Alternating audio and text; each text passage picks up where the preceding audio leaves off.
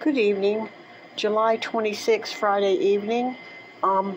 This is a little short by Mary Conley. I have received this. This is very important. This is a family member of Bundy who is actually describing some of the things, and it's very similar to my life. I suppose the woman's a handful of years older than me, possibly. We may be the same age. I was born in 54. This is his cousin, Edna Cal, and she's gone into great detail about what their lives were like. But she seems like she was in and out of Seattle quite a bit. So, anyway, this book is very important because I believe Bundy has killed someone in Jacksonville in 74. At first, Mr. Fisher and some of them say no. But if you go to chapter 8 in this book, Liz Clover, and I just wonder if those are the same tan shorts. Who knows? But anyway, Liz Clover says that Bundy let her use his Chevron card in August of 74, when he was hightailing it out of Washington because he knew he'd murdered two people, and he gave his name. I don't know whether he goes into some state where he's not able to think right. Who knows what happens to him? But that one is very important, the Phantom Prince, because she said she used his credit card in August, right after the murders of Denise Neslin and Janet Ott. This one corrects Ann Rule in that his class in Palo Alto was in 67.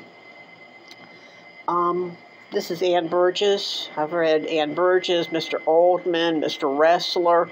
I mean, we're talking 6 years. It was only a 15-minute ride, but I'm tired of people. Debbie says, don't obsess about something that happened so long ago. Basically, don't obsess about something that happened 53 years ago. Now it's 56 or 57. It was June of 67. Oh, and the most important book is my diary where I wrote about it, which I keep here, and it's probably from about 1965. Let me get it. Here it is. This is a diary. And in the diary on June 17th, I go over and over about the ride, but she says, you've got to rip it out. We'll get in big trouble. We were hitchhiking and he displayed a gun. So I ripped it out. Now maybe it's just a ride, but of the pages, after you highlight it, I could read bright red, talking to, and TH and some lines, and then a B and a Y. I said, what is your name? He said, Theodore. I said, well, what is your last name? And he said, I said, what is your name? He said, Theodore. I said, Theodore? Okay, so this is Mary. I'll let my hair grow. Where is it? There it is. I've got some olive oil in it tonight. Okay, got a blood donation on the 1st of August. So these are some of the books. And it's not like I go over them a lot. See, I highlighted some reading. But, yeah, on and on. Oh, and another significant thing I found is the Volkswagen from 1954 to about 1975 had 13 key profiles. General Motors or Ford had 8,000, and vice versa had 1,000. That's key models.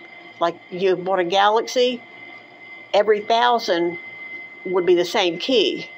You bought a Chevy, every 8,000 be the same key. You bought a Volkswagen, every 13 would be the same key. And I wrote somebody on the internet, and finally I got somebody like one of these Quora people, and it came up in a little chat box. He says, what you're saying is true. During that, I guess it's like law enforcement still doesn't want it known. There were only 13 models of keys. So if you find a little eyeglass case filled with keys, of Volkswagen keys, there's a good chance if you had 6 or 7 keys, you could open any dang Volkswagen. And the 2 campers he broke into, I'm not going to go. Everything I discovered. And I'm sorry, Mr. Fisher, if you learn one thing, you can learn another. He let somebody else use his Chevron card. If he let somebody use that Chevron card in Salt Lake City 2 times, he could have very easily been the killer of Virginia Helms here in Jacksonville. There's a duffel bag. I will pay $5,000 to $7,000 to have the DNA on that sweatband of that duffel bag looked at. And I thought about it real hard. Liz Clover should look at that duffel bag and any contents that are in there, and any surviving sisters or this cousin should look at the duffel bag and say, do you recognize anything in this duffel bag? I don't know what was in there. The fact he folded clothes up is very similar to Kimberly Leach. He folded her clothes up in that little shed thing she was found.